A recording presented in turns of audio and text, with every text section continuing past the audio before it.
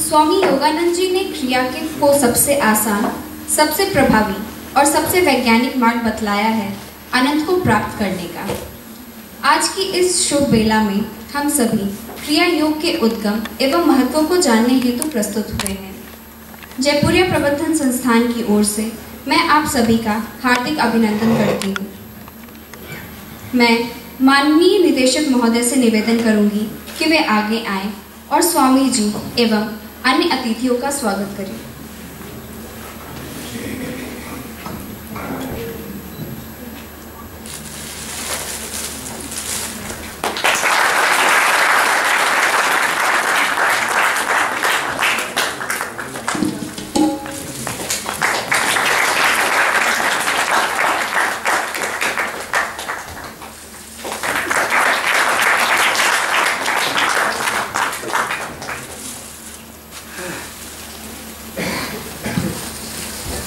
ज्ञान रूपी ज्योत अज्ञानता के अंधेरे का नाश करती है।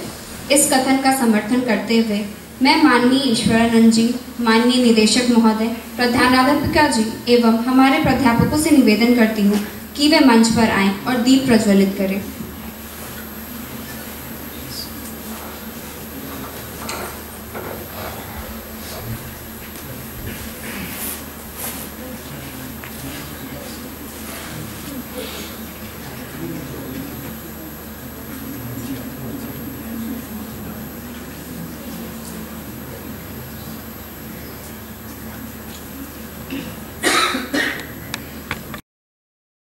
की गई है, जो कि आधुनिक समय में महावतार बाबा जी एवं उनके शिष्य लहरी महाशय द्वारा पुनर्जीवित की गई।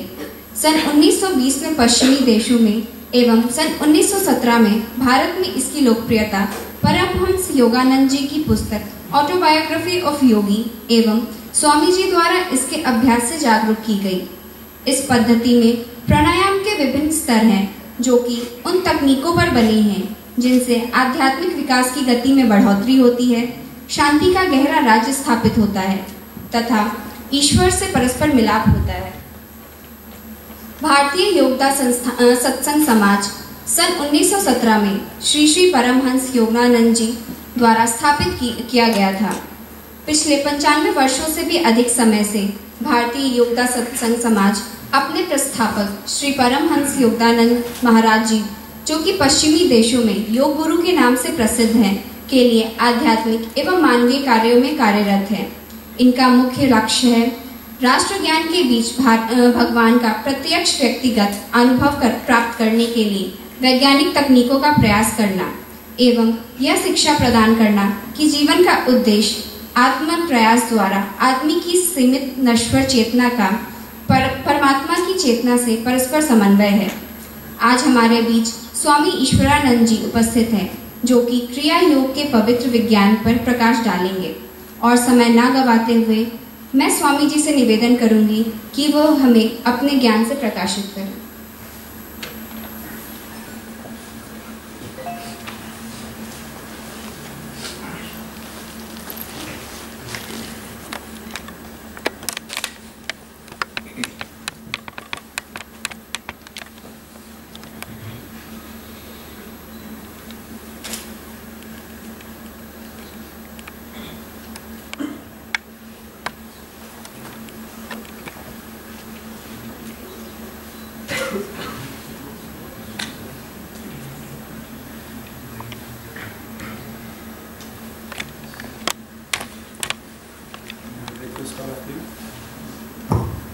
Can you hear me? Yes, sir. Do you prefer that I speak in English or Hindi? Any language, all right. So I'll request all of you that we begin this session with a brief prayer. I am sure all of us believe in God, and it is quite natural for every soul to feel a reverence and some devotion for that infinite loving Lord. So just very brief prayer. O infinite Spirit, O Gurus, Bless us that we may learn the art of being calmly active and being actively calm in this busy world. May our every thought, every feeling, every ambition, and every action reflect Thy calmness, Thy joy, and Thy love. Om Shanti, Shanti, Shanti. It is a unique experience for me to be in front of all of you, young souls, who must be wondering what this is all about. So just a brief overview of what we are going to do today. We will first start with a bhajan, so that we create a devotional atmosphere here, and so that our minds, which are caught up in the world, in your studies, in your classrooms, we can pull them back to some extent and focus them on the divine. And then after that, I will very briefly introduce you to the science and the philosophy behind this Kriya Yoga, and also introduce you to a very basic technique of meditation, of relaxing your mind, relaxing your body. So that is the program for today. So let us start with the bhajan. I request all of you to join in and sing along and get immersed in this song of devotion to that infinite spirit.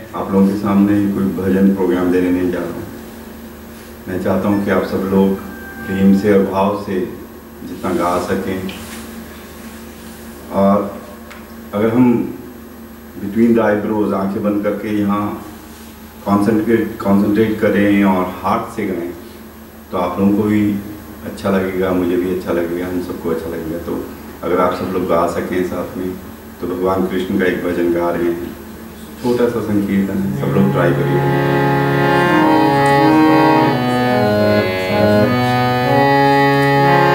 Vrindavan Bihari जय, वृंदावन बिहारी, वृंदावन बिहारी जय, Vrindavan Bihari.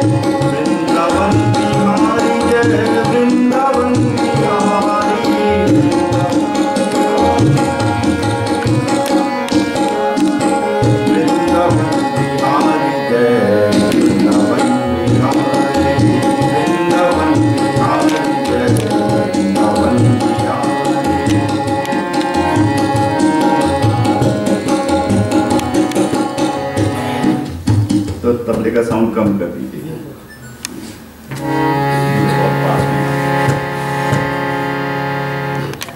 Generally जब मैं अगर कभी बच्चों के साथ गा रहा होता हूँ तो उनको ये छोटा सा कहानी सुना देता हूँ।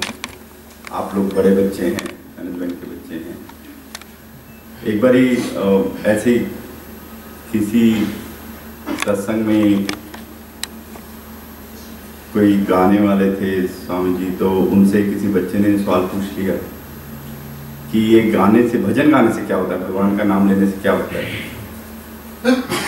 उन्होंने कहा भगवान का नाम लेने से ये होता है कि जब भगवान का नाम अंदर जाता है तो हमारे हृदय से जितने भी हमारे कुविचार हैं, हमारे अंदर की कमियां हैं, वीकनेस हैं, वो सब बाहर आ जाती हैं। तो उन्होंने कहा कि बाहर तो आ जाएंगी, बाहर आने के बाद जाएंगी कहाँ?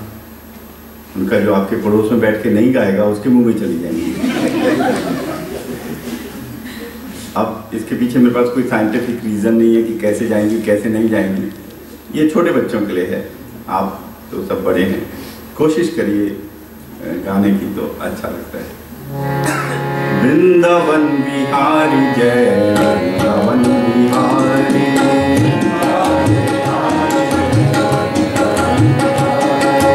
यमुना तट वंशी वट मोर मुकुट धारी, यमुना तट वंशी वट मोर मुकुट धारी, वृंदावन बिहारी जय वृंदावन बिहारी, वृंदावन बिहारी जय Vrindavan Bihari.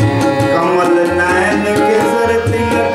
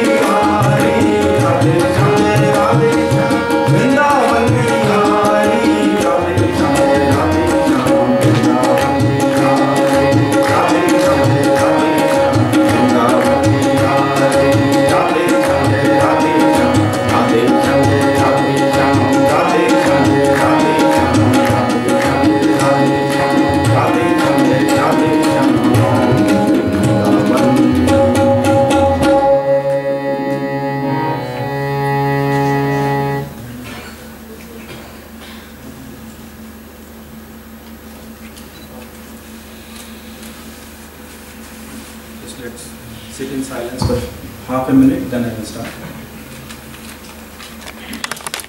Close your eyes and just, as Brahmacharya said, focus both the eyes at the point between the eyebrows. This is called the Kutastha, or the third eye, Tisra Netra, or Agya Chakra. This is where the eyes automatically turn up when yogis are meditating deeply, when they are in touch with that super consciousness. So by focusing the eyes of the Kutastha, we raise our consciousness.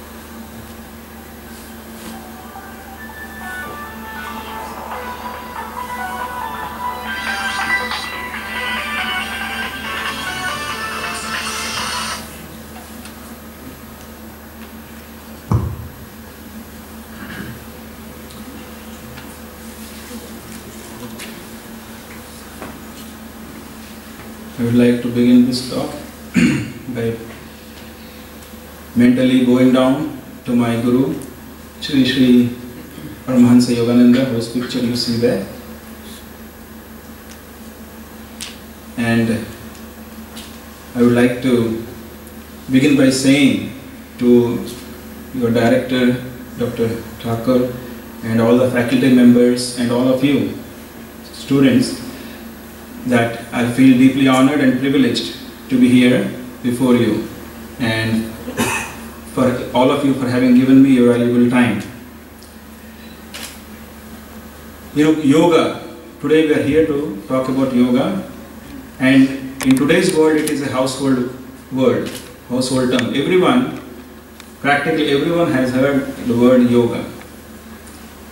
So much so that on the recommendation of our Prime Minister, the United Nations General Assembly has adopted 21st June as the International Yoga Day. So it remains to be seen how exactly this world will celebrate 21st June of every year to commemorate yoga or to highlight yoga. But the fact is that this has happened. It shows that the entire world now recognizes the presence and the efficacy of yoga, the ancient science of self-realization that was discovered by the Indian rishis.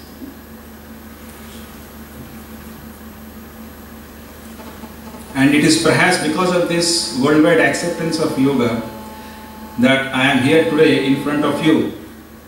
I am a simple sannyasi, and I am in front of all of you, budding leaders of Indian business world, right? And you are all listening to me. Otherwise, the world of business is considered to be far removed. It is a domain which is far removed from the world of a sannyasi. However, I feel that I'll be able to share with you something about what yoga is, what it means, and how we can be benefited by it. You know, when our Guru, Paramahansa Yogananda ji, first went to the United States in 1920, that means how much? Nearly 100 years ago. Yoga was hardly known, nobody knew. Nobody knew even about Hinduism, and yoga is one aspect of it.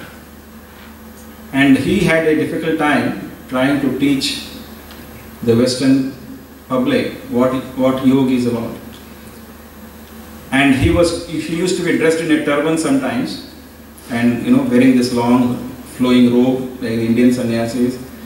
And when he would walk on the road, some people would ask him, "Are you a fortune teller?" There is a traditional concept that fortune tellers have a turban and they're gazing into the crystal ball and they'll tell you your future, your fortune, what is going to happen in your life. So they asked him, "Are you a fortune teller?" So he said, "No, I am not a fortune teller. I tell people how to mend their fortunes." And he did that. He showed how one can transform one's life by using these age-old principles of yoga. So you must all be thinking, at least those of you who, for whom this is the first interaction, first exposure to yoga, what is it that yoga can teach me? What can Swami Ishwaranand tell me that I can use in my life? Because in today's world, people don't have time. And they do not want too many theories, they do not want a long lecture. They want the speaker to get right to the gist of the matter. Okay, tell me what you have to give me and how I can be benefited. So that is what I'll try to do. I'll give you the very bare bones essentials of what yoga is all about. So let me start by telling what yoga is not, so that we can get down to what yoga is. Now today, though the entire world knows the word yoga, but by yoga, what is it that they understand? Hatha yoga, yoga asanas, all those, putting the body into various postures and training the body to be physically fit. And there are many ramifications of this Hatha yoga asanas today, especially more in the West, where they have kind of taken this and developed it and become very creative with it. But the real yoga is far removed from that. There is a joke about this yoga.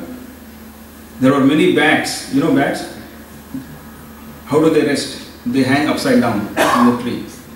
So there were many bats resting in a tree, and one bat was standing on his feet on the floor. So other bats asked him, "What are you doing?" He said, "I am doing the reverse posture of yoga." So for him, reverse posture is standing on the feet. Otherwise, he's always doing the Shirshasana. So people usually think yogasanas means putting the body into various postures by which we can keep the body flexible, by which we can increase the stamina of the body, suppleness of the body, cure various diseases. Yes, all this is part of yoga, but a very small portion of it. So, what is real yoga? What does the word mean? The word yoga, as you know in Hindi, as it is in Sanskrit, means union. What is it uniting? Yoga is the science which unites. And what does it unite? It unites the soul with the spirit. It unites the individual being with the infinite Lord. That is the final goal of yoga. Now we may ask, why is this important? I am happy as it is. Why should I even think about this yoga? What does it give to me?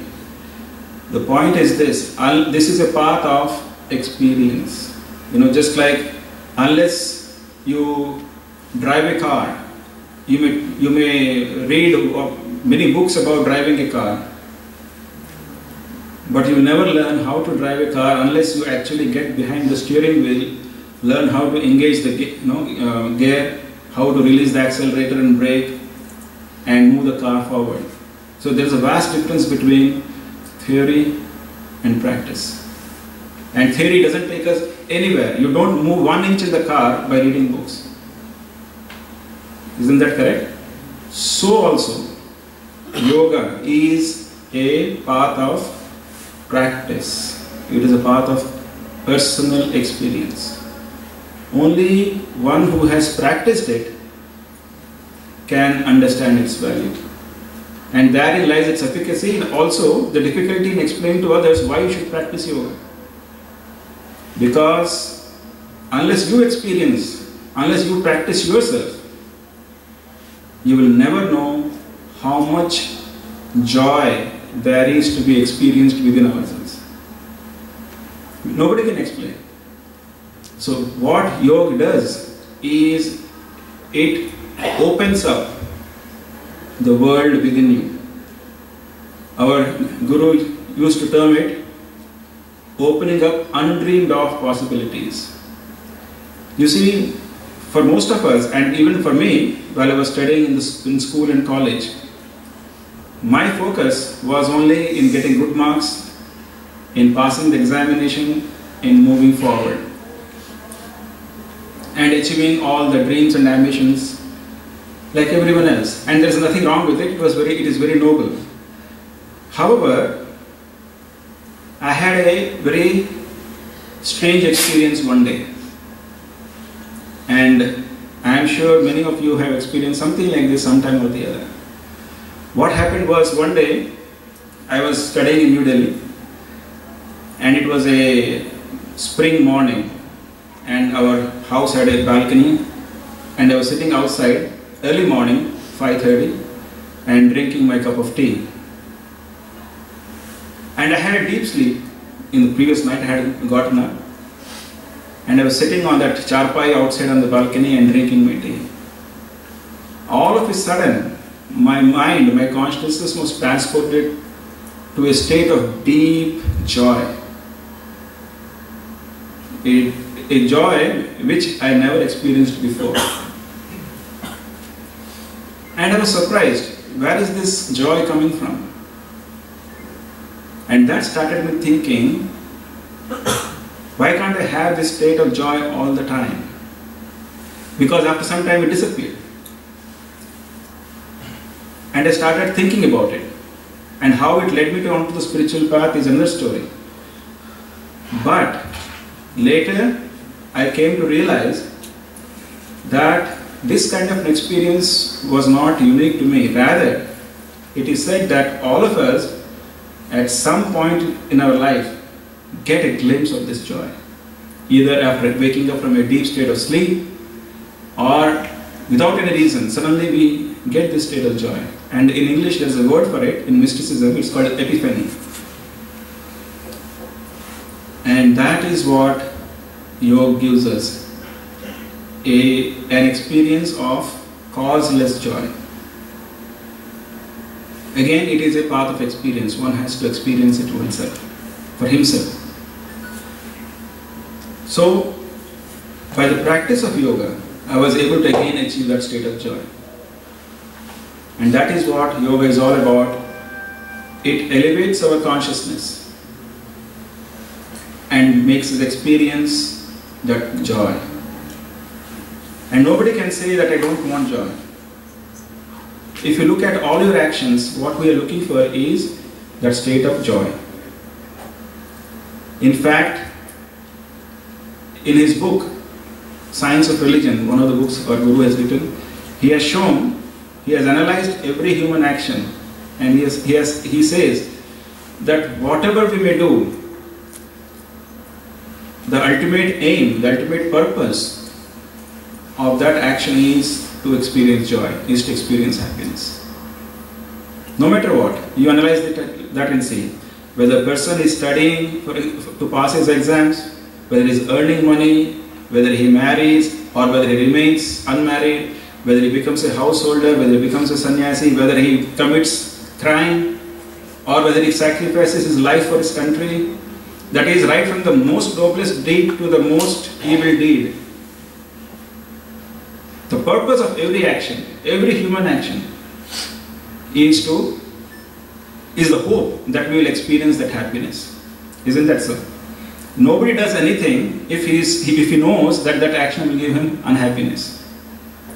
However, sometimes we do things which we don't like. That means we postpone our happiness so that we may enjoy that happiness even more later on. For example, your own studies. I mean, this hard work which you are putting in, it is quite difficult and it sometimes gives a lot of strain. But why do we study? Why do we discipline ourselves? Why do we focus our mind on studies, because we are hopeful that by getting this degree, we'll have better career opportunities, we'll earn money, and we'll have a happy life. So like that, you analyze anything, our goal is happiness. And that is what God is. What is the most generic name for God? You know, God has been called by many names: Christ, Krishna, Ram, Durga, whatever you may call. But our Indian rishis gave him a generic name which can be used by anyone, and that is Satchitanand. And what does that word Satchitanand mean? It is made of three root words: Sat, Chit and Anand. Sat means that which always exists. It never gets destroyed, it never disappears. That is Sat. Chit, from the root Chit comes Chetana, consciousness. It is so that state of consciousness is always conscious of the existence. And Ananda. And what is that state? It is a state of deep joy. That is a generic name for God. And when we define God in this way, we can say that we are all seeking God. So in one place our Guru said, there is no atheist in this world. That means there is no person who doesn't love God, because everyone loves happiness, everyone loves joy. So there is no one who can say that he is an atheist, because nobody wants unhappiness. And it is that happiness, that permanent happiness or joy, which we are all seeking. At one place he says, in this ever-changing, uncertain world, you often feel very lonely. We have all experienced that, isolation, loneliness.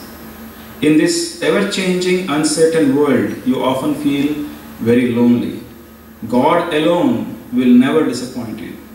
Again, it is a matter of experience.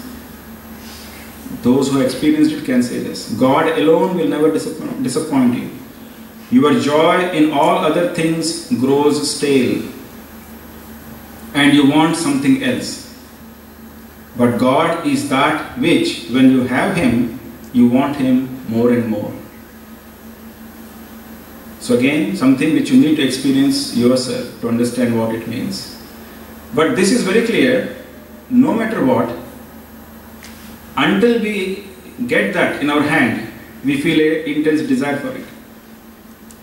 But once we have it, we realize this is not enough. This is not giving me the same happiness which I was expecting. I want something else. When you get it something else, that doesn't give us the same happiness. We want something else. So there is a constant, unending search for that something else. And our saints say that those who have found that Satchitanand, that God within, for them this search for something else is over, because they have found that which gives unending joy. So that is what yoga is all about. To reach that pinnacle of consciousness, that state of unalloyed happiness, which exists very much. And the same thing is referred to in the Gita also. In one place, Bhagavan Sri Krishna is telling Arjuna, having gained which, no gain is considered greater.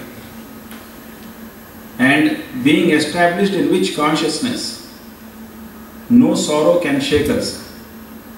That is the state of a yogi. That means one who has achieved the success of yoga, the result of yoga, this is a state of consciousness. He is always in a state of joy, and not only that, nothing can shake him away from that state of joy. So that is what we are all looking for, and that is what yoga is all about. Now, perhaps you have never deeply thought about it, so I would like you to think about it a little bit. Why is it?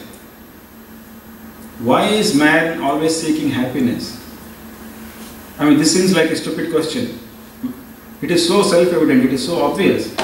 I mean, where is the question about it? Everyone wants happiness. But why is it? Why is every man a pleasure-seeking animal? So when we dwell on it, then from our Upanishads we get the answer. In one of the Upanishads it says, from joy we have come. For joy we live. And in that sacred joy, we all melt again. So when we understand that, then it becomes clear that essentially what the scriptures are telling is we are not these bodies. We are not even this mind or thoughts or emotions. But we are the joy which is trying to manifest through this body, which is trying to manifest through all these actions. And until we find that supreme joy, we will keep searching. That is what the whole life is about. You know, if you analyze the human life, what is the purpose? Think about it. What is the meaning of life? Is it only making money? Is it only marrying and having a family? Or is it more than that? Is it contributing to the society? Is it making others happy? What is the purpose of life? So one realizes when one dwells on this question that there can ultimately the purpose of life can be to achieve that which gives us ultimate happiness, not only for ourselves but for everyone, and removes sorrow from the root completely, so that we never have sorrow. That can be the only final goal: permanent happiness and permanent absence of sorrow. And again, every act we do, right from the time we were small babies, that is the purpose. A baby cries because it is hungry. You feed it, it is contented. So the crying apparently looks like it is for the milk or food, but essentially it is to remove the pain of hunger. If the pain of hunger could have been removed in some other way rather than eating, food would have had no value. And so also with man when he grows up. Man wants to remain in that constant state of joy. When he is displaced from that joy, he feels pain or a desire. He wants something because he is disturbed from that state of perfect joy. Or he feels boredom. He is bored. So to relieve his pain, or to fulfill his desire, or to relieve his boredom, these are the three causes, three impulses for which we act. You analyze it and see that. So it is always for joy, happiness. And essentially we want to remain in that state of joy. Anything which disturbs us from the state of joy, we want to correct it. And that act of correcting that disturbance is our action. So when we analyze it this way, what does it show? That essentially we are consciousness. We are conscious beings, isn't it? We are conscious. You're all awake, you're all listening to me, you're aware of me.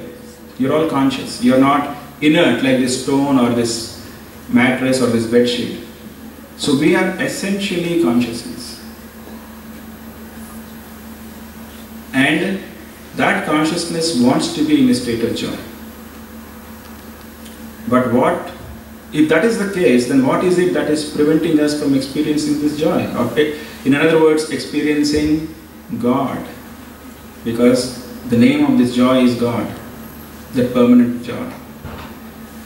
That is wrong identification. Wrong identification. You know, suppose you are A, and somehow you have been hypnotized into thinking that you are not A but you are B. So you start thinking that I am B, I am not A. That is wrong identification, and that is exactly what happens. I'll give you, and we have this wrong identification every day. I'll tell you how. When we sleep, we dream, and all of us have had very vivid dreams, and we think that that is reality, isn't it? And we think that this is really happening because we are identified with that. When we wake up, the dream is gone, and we say, oh, this was nothing. And whatever saints tell us, those who have experienced God tell us that from that higher state of consciousness or God realization, this entire experience which we are going through is also like a dream. A more lasting dream, but a dream nevertheless. That is what we are. And because of the false identification, that consciousness, which is essentially joy, it has thought that I am this body, I am the mind, I am the thoughts. So there is a story that there was a prince, and when he slept, he started dreaming and thinking that he was a beggar. And he thought he was a beggar, and he started begging and he was crying. Then somebody woke him up. What are you crying for? You are a prince. Suddenly he woke up and he said, oh, this was just a dream. And that is what we all are. We are all essentially princes. That means we do not need anything. We already have that wealth within us. We already have that joy within us. We already have that superb, that tremendous power within us, which is waiting to be explored, that undreamed of possibilities. And yoga puts us in touch with that. So to understand this false identification, let us see how our mind, our consciousness operates.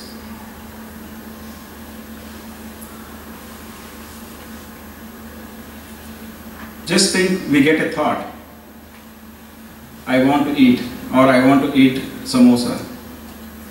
A simple desire, its thought comes. At that level, it is in the thought level. When we get that thought sends impulses to our body through the nerves, isn't it? And through the nerves, when it reaches the body parts, we get up, we move, we go to a shop, and we buy a samosa and eat it. And our desire is satisfied. We are back in the state of bliss because the desire has been satisfied. So first of all, there is the thought. That thought is converted into electricity which goes down the nerves and moves our body parts. Then our body moves and we buy the samosa and eat it, and the desire is satisfied and we are back in the state of joy.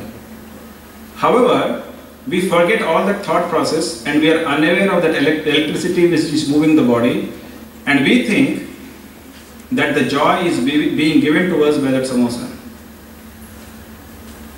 or by these taste buds, but essentially it is being given by our own brain, our own mind, our own consciousness. We have created this desire, I want a samosa, and it has created restlessness in us. Suppose you never knew samosa, there would have no desire. So we create desire, we create our own disturbance at the thought level, and then we calm down the disturbance by satisfying the desire. And we feel that that object has some joy in it. The object does not have joy in it. Where is that sense of joy coming from? It is coming in our consciousness. That is the principle of yoga. Our yogis, they tell us that essentially we are not just this physical body. In fact, we are not this body. It's a strange concept. They say actually we have three bodies. a body made of thought, a body made of energy, and a body made of solids and liquids, these muscles and bones. So the body made of thought is called the causal body or Karan Sharir. Then the electricity which joins those thoughts, which makes these thoughts translate into bodily motion, that electricity is still unknown to the human science, but our rishis talk about it and they call that prana. They call that prana. And just like we have nerves in the body, physical nerves which connect our brain to the body, in our astral body, in our energy body, there are channels of energy which make this prana move, and those are called the nadis. And it is through the nadis, when the prana goes into the various body parts, that the body moves. That is the structure of the body they talk about. Now, as long as we are identified with this body, we think that bodily desires, bodily comforts will give us joy. But once we know the trick, no, the joy is actually in the mind, then we realize that it is possible to remain happy, it is possible to remain joyous even without external things. Again, that is yoga. To be able to remain joyous within all the time. So why is it that we don't feel this joy within? It is because this energy is flowing outwards through the senses. How do we interact with this physical world? How do we interact with this physical world? Through these 5 senses. We see, we hear, we taste, our skin touches, and we smell. So these are the 5 senses by which we are aware of what is happening.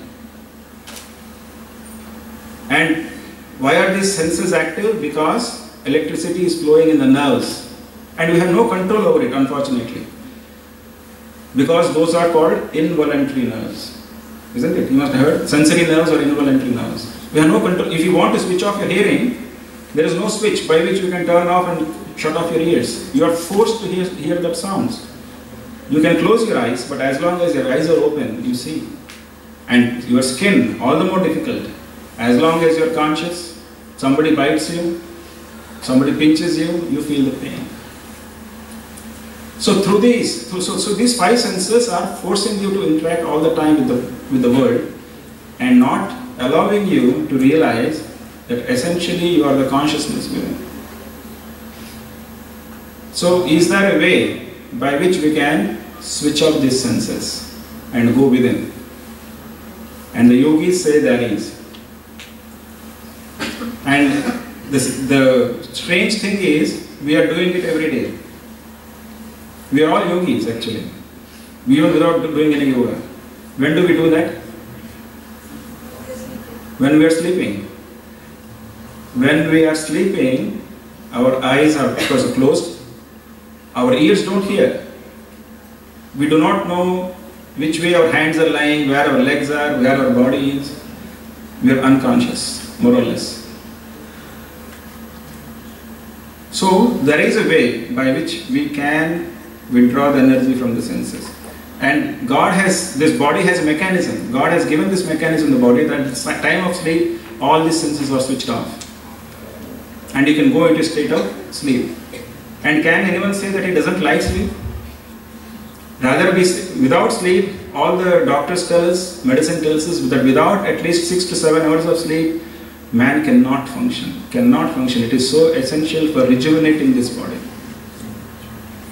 And so it is that the same unconscious process of sleep can be controlled consciously by long years of practice. And that is the yogic method of pranayama. This state of withdrawing the senses, that is called pratyahara or retreat, pulling back the energy. And in the yogic terms, sleep is called achetan pratyahar, unconscious pratyahar. You are doing it every day. But we are not aware how it is happening. You just lie down, your body is tired, you lie down, you go into sleep. And your senses are switched off. How is it happening? We have never thought about it. But our yogis reflected on this. Perhaps they had enough time at the time to think, how is this happening? How is it that at night, when I lie down, my senses are switched off? Why can't I do it in the waking time? Somebody must have thought, somebody must have questioned himself. Why is it? Is there a way that I can remain conscious but yet switch off my senses? And they, by gradually dwelling on this bodily mechanism, the internal mechanism, they came up with very powerful techniques. And those techniques are called pranayama. And Kriya Yoga, of which we are talking today, that is a technique of pranayama. It is a technique by practicing which regularly one can eventually get the ability to sit still, to keep the body still and withdraw the energy into the spine. And when he does that, he goes into the higher states of consciousness. There are energy centers in the spine which are called chakras. When we are able to reach even a little bit, even for a fraction of a second, if you are able to touch those higher chakras by deep meditation, we realize that there is immense joy within us. Undreamed of possibilities. We never could have imagined that so much happiness is there. Again, matter of experience. You have to experience. One has to experience for oneself. But this science is there. The science is there. And then when we have that happiness, we realize that all that this world has to offer, that is there. It has its own importance. It has its own importance. But this is equally or even more important to go within and feel that great joy which we unconsciously feel during sleep. And that is worshipping God in the right way.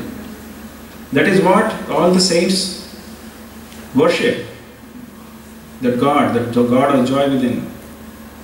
Worshipping means cutting our mind away from the world which produces restlessness, calming down our mind and being at the feet of that Lord of joy. It is a state of consciousness one can experience. You know, our situation is like that of that lady. There was a lady who was hunting for something on the street under a street light. So she was searching everywhere and another person came and a passerby and he said, Mataji, what are you searching for? She said, I lost a needle, so I am searching for this needle. So he also started searching along with her. After about 10 minutes of searching, he said, but where were you sitting when you dropped the needle? And she said, I was sitting in my room inside and I dropped the needle there. So he said, but why are you searching outside under the street light? She says, my room is dark, but there is light here.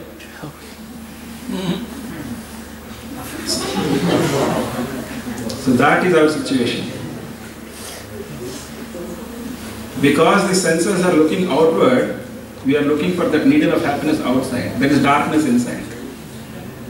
So what do? You switch off the lights outside and turn the lights inside. That is pranayama. So how it is done, that the actual Kriya Yoga technique I cannot tell you because it is something which is confidential. It is to be taught as a confidential technique. So publicly we cannot teach you for some yogic reasons. But it can be taught. And when we learn that, what are the advantages? You see, for success of any kind, whether it is material success or success within, we need focus. We need the ability to still our mind and focus on one subject at any time. That kind of focus becomes very sharp when we practice pranayama, when we practice meditation.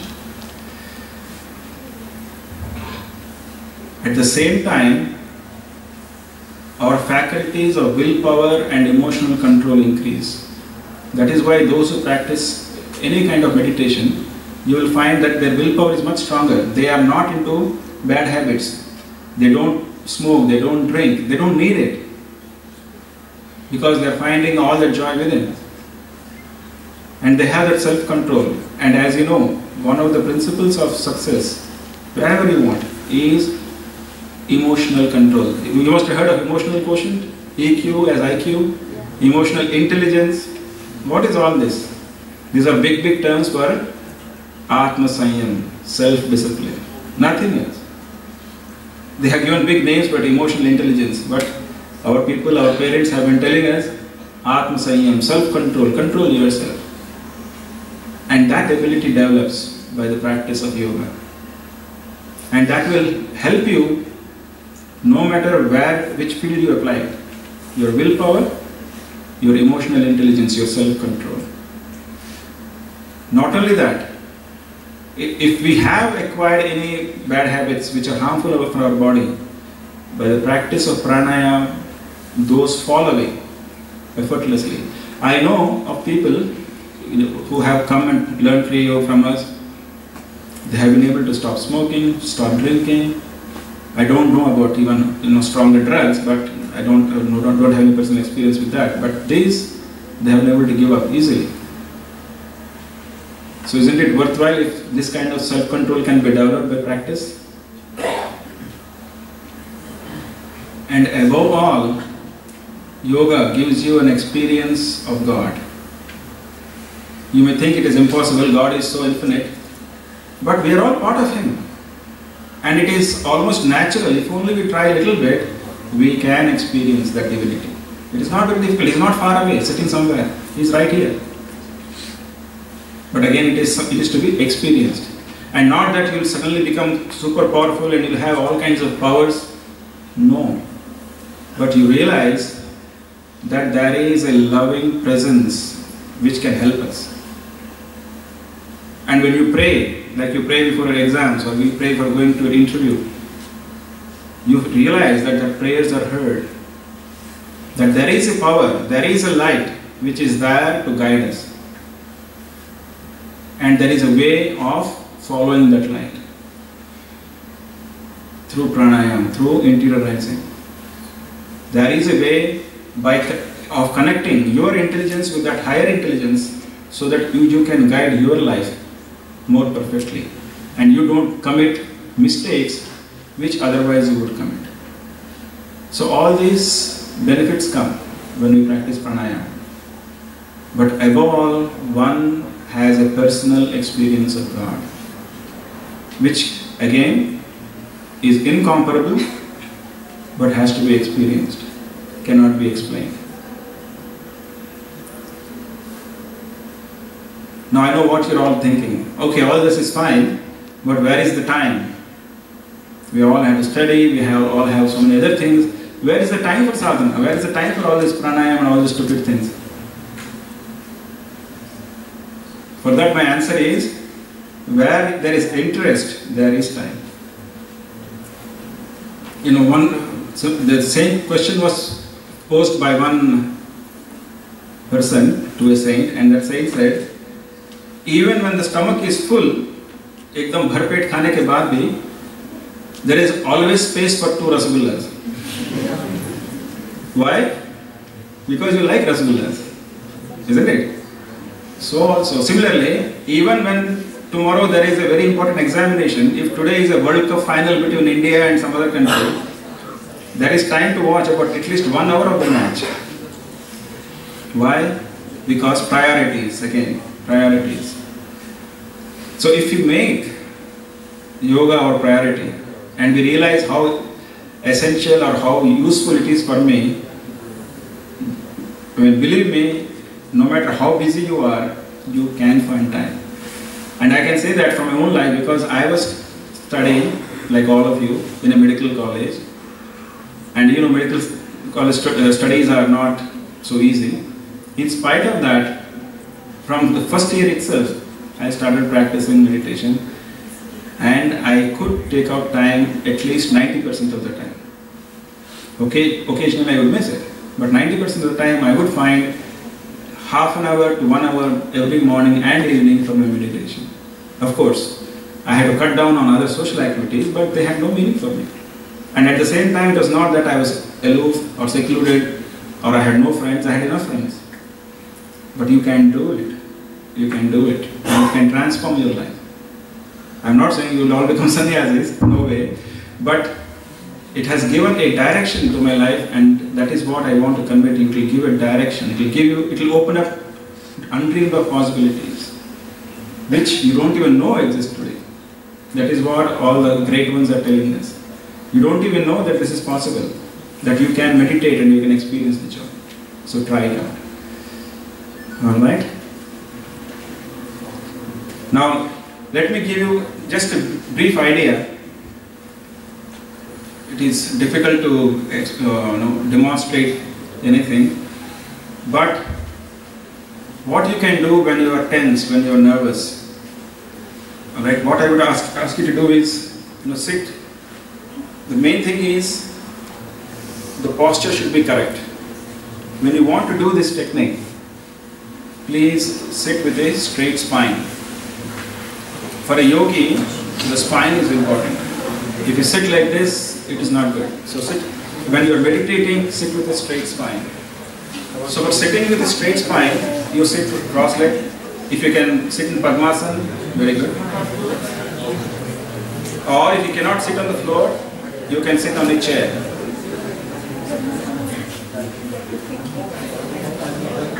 Please pay attention. Now how do you straighten the spine? You have these bones at the back called shoulder blades. You pull them back. You do this. Do it. When you do this, the dorsal spine gets straightened, but don't keep it tensed. Then relax. So suppose you are like this, you pull it back, your spine straightens, then relax it. Keep the neck straight. And your eyes turned upward gently. Gently turn them upward and try to look here. Don't strain. The key is to keep the body relaxed. The spine should be straight, but the body should be relaxed, completely relaxed. But sometimes it is difficult to relax. In some places there is tension, in some places it is relaxed. So to completely relax the body, there is a technique. What you do, you first observe it, then I will do it together. Take a deep breath, inhale. After inhaling, gently tense the entire body from your toes to your neck, back of the neck and the head. Gently tense, not very high, but gradually tense and go a little bit high. And hold the tension up to a count of 20. 1, 2, 3, 4, 5, 6, 7, 8, 9, 10, 11, 12, 13, 14, 15, 16, 17, 18, 19, 20. You can count at this speed. And then exhale and relax the body. If you cannot count till 20, count till 10. Count till 10. So do this. Let us all do it together. I will count from 1 to 10. You take a deep inhalation when I say so. Tense your entire body gently. And when you are tensing and while I am counting, feel that you are not the body. You are the energy vibrating within the body. And when I say exhale, then relax the entire body and feel that your entire body has relaxed and there is no tension at all. Let us do this 3 times. All of you inhale. Hold the breath. Don't leave the breath. I'll count. 1, 2, 3, 4, 5, 6, 7, 8, 9, 10. Exhale and relax. Inhale again. Hold the breath and tense gently. 1, 2, 3, 4, 5, 6, 7, 8, 9, 10. Relax and exhale. Inhale again.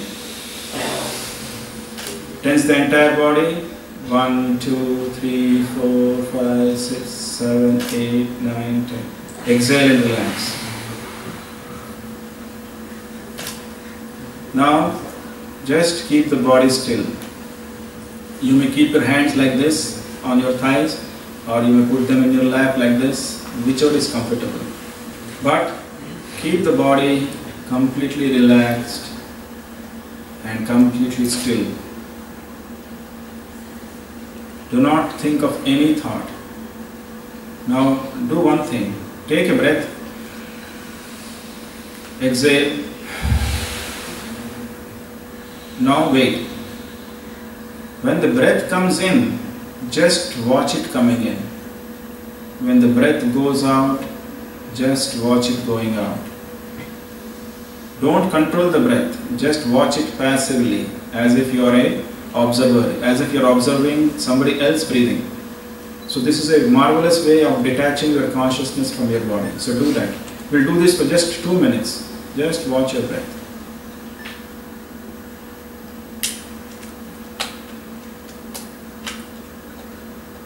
Keep the body still, relaxed, and just observe.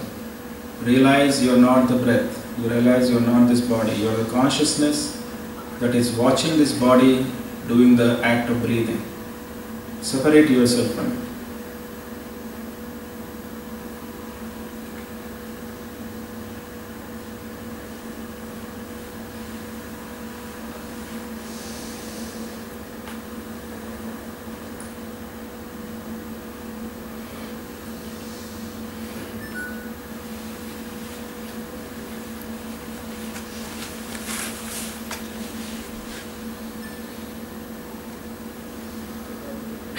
Do not let any thought enter. As soon as the mind starts to wander, catch it and again put it on the breathing.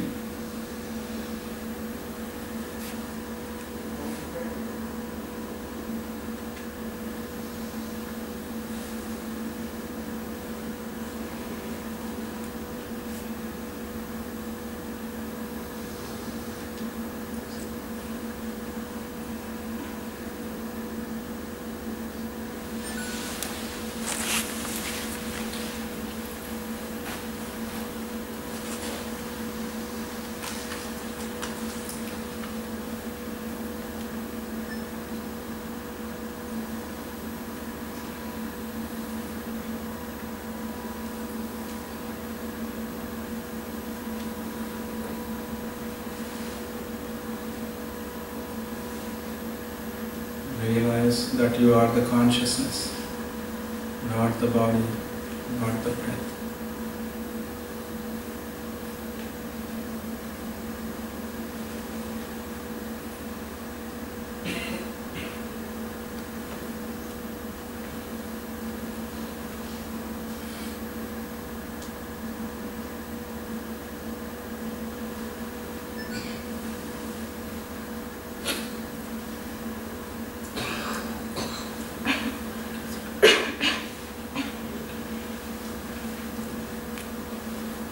The secret is to keep the mind locked to the breath.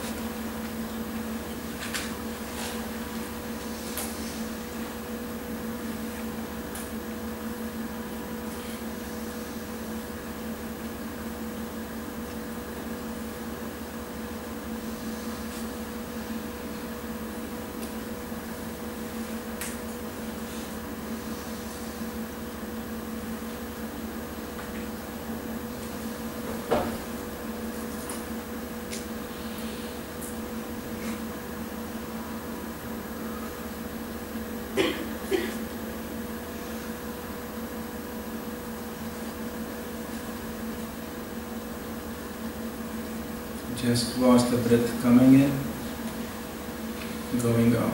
Do not control it.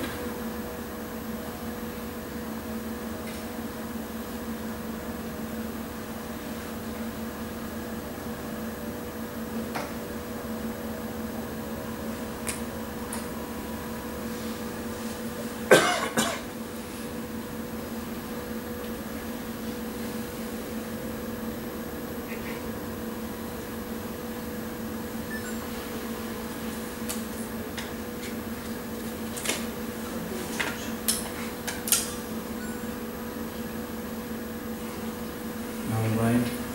So this is just a Whenever you feel tense or nervous, try this. Inhale, tense the entire body gently. Hold the count up to 10 or 20. Exhale and relax. And then for a few minutes, keep the body still, keep the body relaxed, and watch the breath. Just watch the breath. That very act of observing the breath gives you calmness, because you are dissociating, you are separating yourself from the body and all the worries, all the tensions that may be associated with it. And keep reminding yourself that you are the pure consciousness, the pure joy which nothing can affect, which is the actual truth. Okay. So, if you want to learn about Kriya Yoga, if you want to learn about meditation, our ashram, our institute is in Sector 62 itself, just a few yards from here, a few hundred yards from here. So visit us. And the blessing we have from our Guru, Yogananda ji, is that all his teachings are in the form of lessons. There are about 182 lessons which you can receive by post while staying wherever you are, hostel, home, and you can study those. You don't have to necessarily keep visiting the ashram. And whenever you need any guidance, whenever you need more help, we are always there in case you are interested. So as I said, undreamed of possibilities. You know, you are all going to be managers, isn't it? So before we can manage others, we have to manage ourselves. We have to have perfect control, perfect focus, stability within ourselves before we can guide others. So I think for managers it's all the more important that they practice some form of meditation, some form of self-control, some form, a value system, so that they are inspired and they are able to inspire. So those are the hallmarks of a leader, isn't it? And you are all going to be leading something or the other, some company, some venture. So you have to have a value-based system in your life to adopt that. Alright. And Kriya Yoga is one such system if you are interested. So thank you once again for having given me a patient hearing. There may be many new concepts which you may have been hearing for the first time, so it may be too much to absorb. But realize that our Indian science, yogic science, has a lot to offer, which you will not find in the textbooks, because the textbooks have been devised by the Western world. But India has to offer this. And since it is homegrown, we take it for granted. So don't take this opportunity for granted. Explore what yoga can give you. Okay. Thank you so much.